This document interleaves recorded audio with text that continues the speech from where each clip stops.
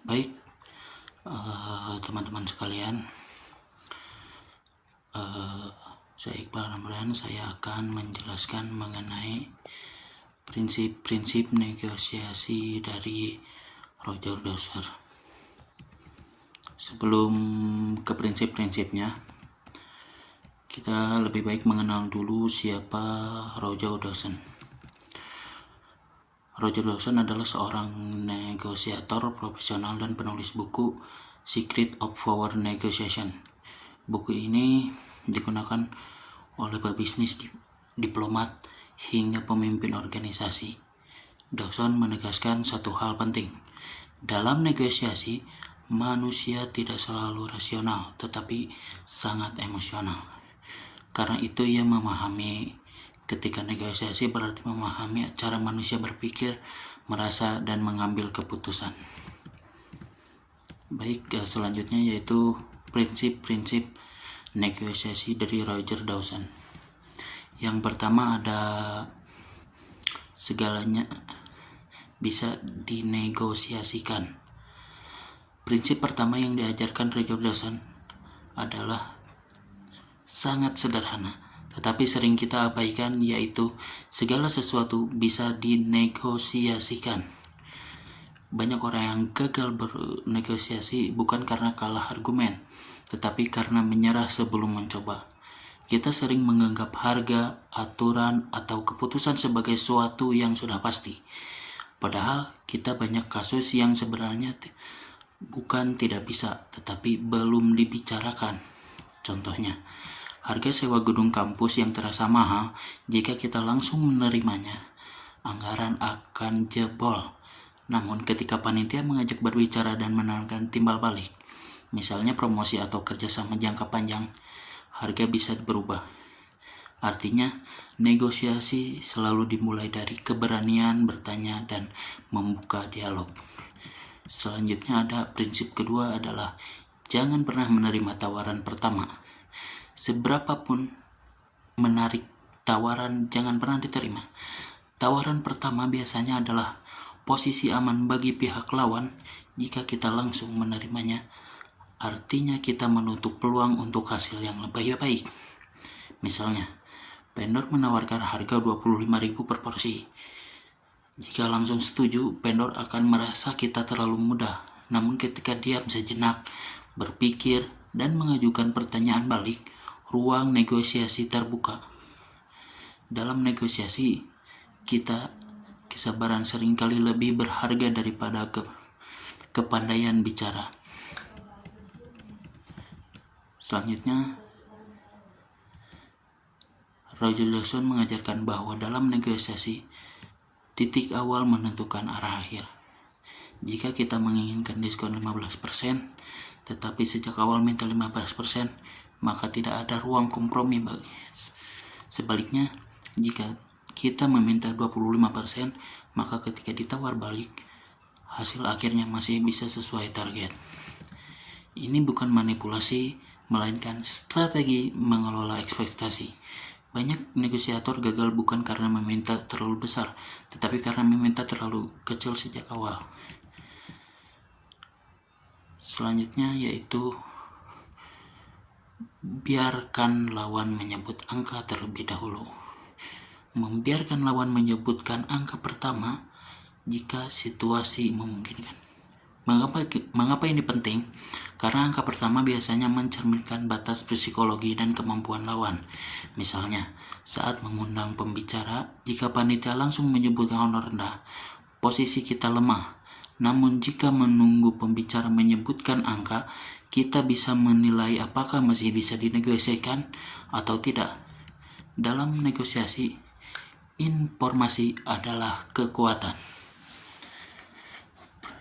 Selanjutnya ada gunakan ekspresi kaget pledge. Prinsip ini sangat menarik karena tidak membutuhkan banyak kata, cukup ekspresi. Ketika mendapat tawaran yang terlalu tinggi, ekspektasi terkejut, diam sejenak, menarik napas, atau raut wajah kaget, memberi pesan kuat bahwa tawaran tersebut tidak masuk akal. Anehnya, dalam banyak kasus, lawan akan langsung menurunkan tawaran tanpa kita harus berdebat panjang. Ini membuktikan bahwa negosiasi bukan hanya soal kata-kata, tetapi juga bahasa tubuh. Selanjutnya adalah konsesi harus bertahap. Roger Dawson menekankan bahwa konsesi yang diberikan terlalu cepat akan dianggap murah. Jika sejak awal kita langsung mengalah besar, lawan akan berpikir bahwa kita masih punya ruang untuk mengalah lebih jauh. Sebaliknya, konsesi kecil yang diberikan bertahap akan terasa lebih bernilai dan membuat lawan merasa bahwa setiap kesepakatan diperoleh melalui proses. Dalam negosiasi, persepsi sering sekali lebih penting daripada kenyataan. Selanjutnya, ada prinsip ketujuh, yaitu jangan pernah memberi konsesi tanpa imbalan. Prinsip ketujuh adalah inti dari negosiasi sehat, yaitu tidak ada pemberian cuma-cuma. Jika kita memberi sesuatu, kita harus meminta sesuatu. Jika kita mengalah sesuatu, harus ada keuntungan balik. Contohnya, panitia setuju menambah durasi promosi sponsor, tetapi sebagai imbalannya, sponsor menambah dana atau fasilitas. Inilah prinsip timbal balik yang menjaga keseimbangan win-win solution. Prinsip selanjutnya ada siap untuk walk away. Prinsip ini menuntut keberanian mental, yaitu siap untuk meninggalkan negosiasi. Jika kita terlalu takut kehilangan kesepakatan, kita akan mudah ditekan. Namun jika kita punya alternatif, posisi tawar kita meningkat drastis. Menariknya, seringkali justru saat kita siap pergi, lawan menjadi lebih fleksibel. Ini karena mereka menyadari bahwa kita tidak tergantung sepenuhnya pada mereka. Prinsip 9 yaitu kelola tekanan waktu. Deadline adalah senjata bermata dua.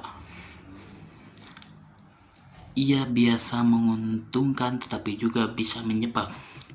Ketika lawan berkata, ini hanya berlaku hari ini, kita harus bertanya apakah ini peluang atau tekanan.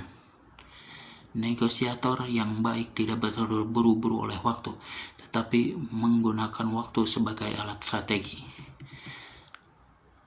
Prinsip selanjutnya adalah bangun hubungan jangka panjang.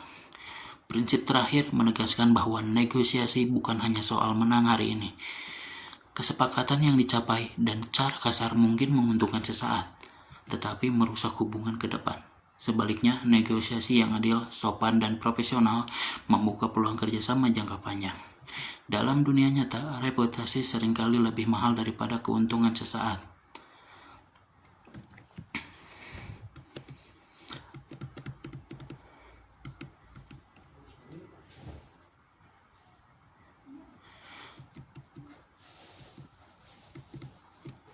Dalam dunia nyata, keuntungan sesaat. Baik, mungkin itu adalah beberapa prinsip dari Roger Dawson tentang negosiasi.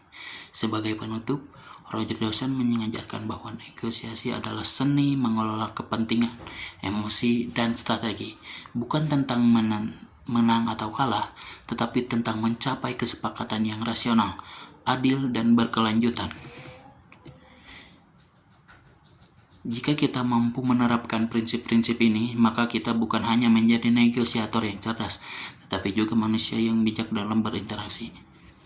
Baik, mungkin dari saya, terima kasih atas perhatian teman-teman. Wassalamualaikum warahmatullahi wabarakatuh.